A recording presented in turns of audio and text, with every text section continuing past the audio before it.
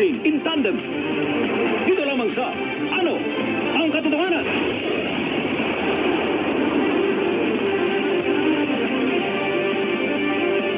Sa pagtakas sina Tito at Manda, tinugis sila ni Sargento Prado. Ngunit, nabaril ni Tito ang gulong ng mobil ng pulis.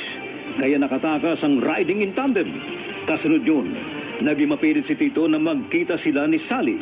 Kaya nagkatutukan ng baril, sina Mang Ver at Tito. Ating magpatuloy pagsubaybay sa kasong ito. Mula sa kananan sa Pilipinas, DZRH. Ito sa RH11 Ray Sibayan. Tuloy-tuloy sa pagbabalita. Tuloy-tuloy sa serbisyo. Sama-sama tayo, Pilipino. Dito lamang sa Ano ang Katotohanan? Oro, Mang Ver. Puputo kayo. O kayong puputukan ko? Huwag mo akong takutin. Malakas ng loob niyong manutok. Duwag naman pala kayo. Lumayas ka rito. Eh kung kayong putukan ko. Huwag, Tito! Sally, huwag kang pumagitna sa amin ng gurang na yan. Huwag matutukan ang baril ng ninong ko! Pumasok ka sa loob ng bahay, Sally. Ninong Ben, huwag na po kayong magtutukan ng baril ni Tito. Sally, Tito, umalis ka na. hindi ako magpapatakot sa ama-amahan mo. Kapag hindi ka pa umalis, baka magkamatayan kayo ng ninong ko!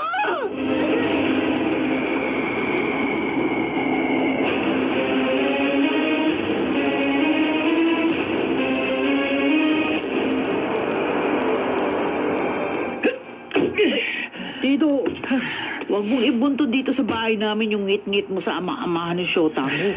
Pasensya na, Amanda. Napasuntok ako sa dingding ninyo. Eh baka madagdan tayo ng airmats at airpods ko.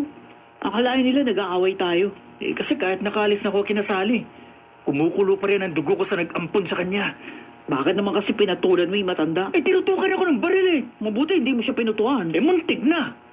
Kung hindi nang umawat si Sally, kinalabit ko ng gatilyo ng baril ko. Kung nasugatan o napatay mo yung ama-amahan ng syota mo, malamang magkalabuan na kayo.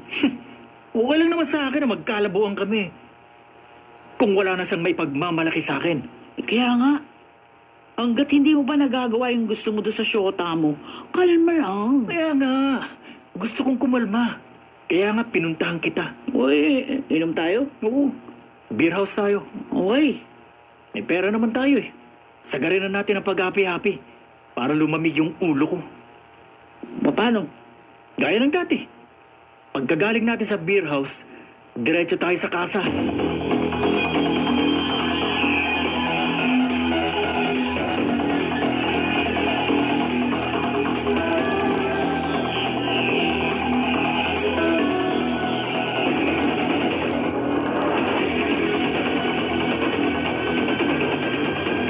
Bakit mo sinuway ang mahigpit na biling ko sa iyo, Sally?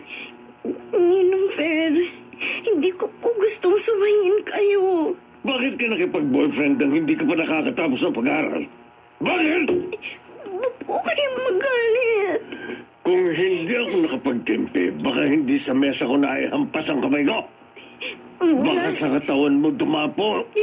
Wala naman pong masama na nagka-boyfriend ako eh. Hindi ba sinabi ko sa iyo, makikipagrelasyon ka lang kapag nakatapos ka na ng pag-aaral? Makakatapos naman po ako kahit may boyfriend ako. Malabo. Ginagawa ko naman pong inspirasyon sa pag-aaral ang pakikipag-boyfriend ko po kay Tito eh. Marami na nabalitaan at nakita kong hindi nakatapos. Nasira ang buhay at kinabukasan dahil inuna o isinabay sa pag-aaral ang pakikipagnobyo. Lalo pa kung ang nakarelasyon ay gaya ng naging nobyo mo na masamang tao. Mabait po si Tito. Masamang tao siya, Sally. Maniwala ka sa akin. Kaya layuan mo si Tito. Ninong. Layuan mo siya. Kapag hindi, patitigil na kita sa pag-aaral.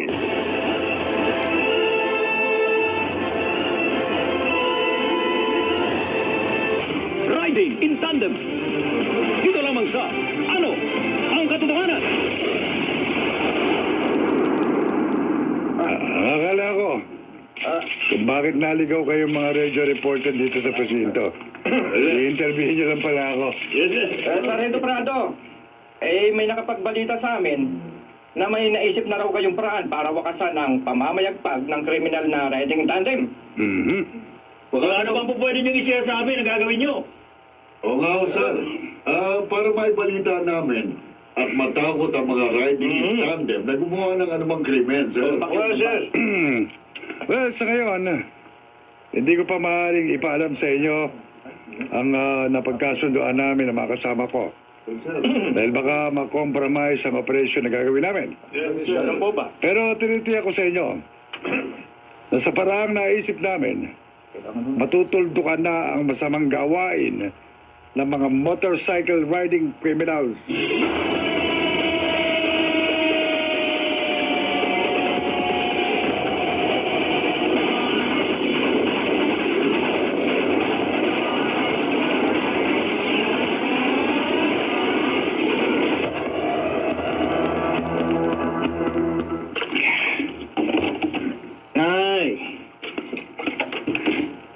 Gabi na naglalaba pa kayo dito sa likod bahay. Alam mong mula na yumawang ni Taybo, ito na naging gawain ko. Bakit naman kasi tumanggap pa kayo ng labada? Matanda na kayo. Kailangan. Madalas ko naman kayong inaabutan ng pere. Hindi ko ginagalaw yung pera na ibibigay mo sa akin. Dahil hindi ko kaya lunukin ang mga pagkain nagmula sa masamang gawain.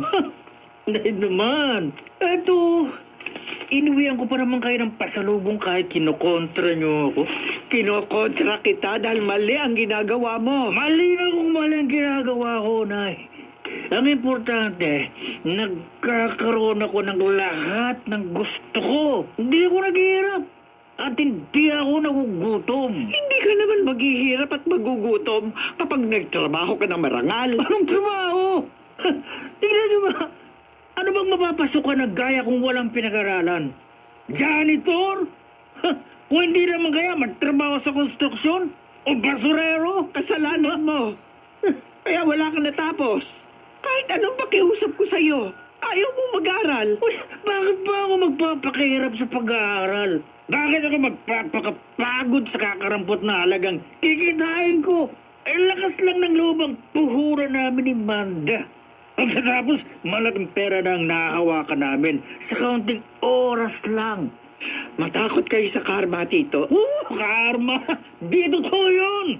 Sana nga wag mangyari sa inyo ang kinababahala ko. Na ang taong nabubuhay sa masamang paraan din namamatay. Masama, Sally. Masama ang balak sa'yo ng ama-amahan mo, kaya tinawagan kita. Maliwala ka sa akin. May interes sa akin ng ninong ko? Oo, sigurado yun. Kaya ayaw niya akong palabasin ng bahay? At pinatigil niya na ako sa pag-aaral? Oo, ano pa bang dahilan? Bakit hindi pa nag-aasawa ang gurang na ninong mo? Dahil ikaw ang kursunada niya. Babawiin niyang lahat ng nagastos niya sa'yo. Pagsasamantalahan ka niya. Isa lang ang parang para hindi ka maging biktima ng rape. Para hindi ka mapariwara sa kamay ng nag-ampon sa'yo. Sally, sumama ka na sa akin. Magtanan tayo. Tito! Oh, ano? Payag ka ba? Payag ka bang magtanan tayo?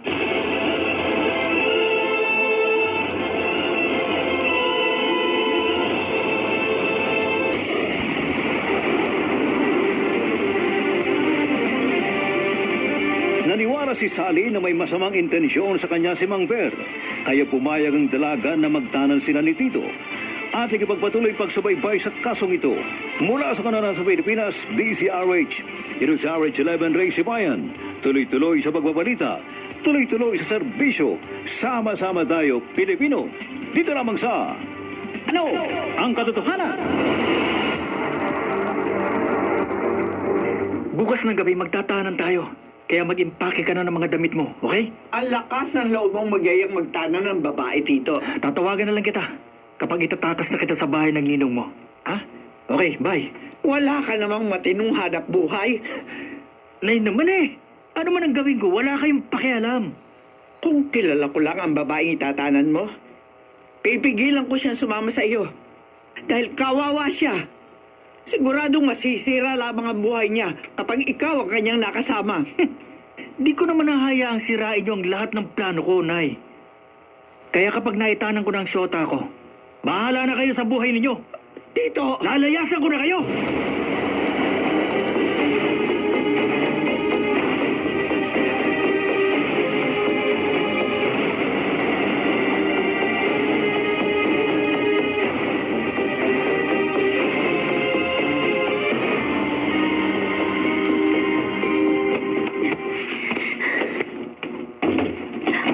Sally, bakit ka nag-iimpake ng mga damit mo?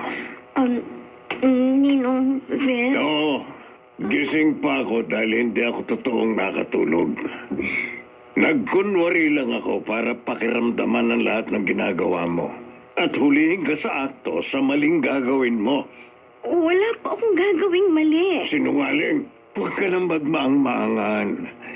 Hindi ka makapagkakaila dahil narinig ko habang kausap mo sa cellphone si Tito, ang boyfriend mo, na hindi mo magawang layuan. Na kahit sinabi ko na sa iyong masamang tao siya at sisirain lamang niya ang buhay mo, naniniwala ka pa rin sa kanya. At sasama ka pang magtanan sa kanya. Kahit iniutos ko na makipagkasira ka sa kanya. Ninong... Hindi ka alis, Sally. Hindi mo ako iiwan. Hindi ako papayag na sumama ka kay Tito kahit ano pa ang mangyari. Kung kailangang ikulong kita sa bahay na ito, gagawin ko. Huwag lamang masira ang buhay at kinabukasan mo sa piling ng isang masamang tao.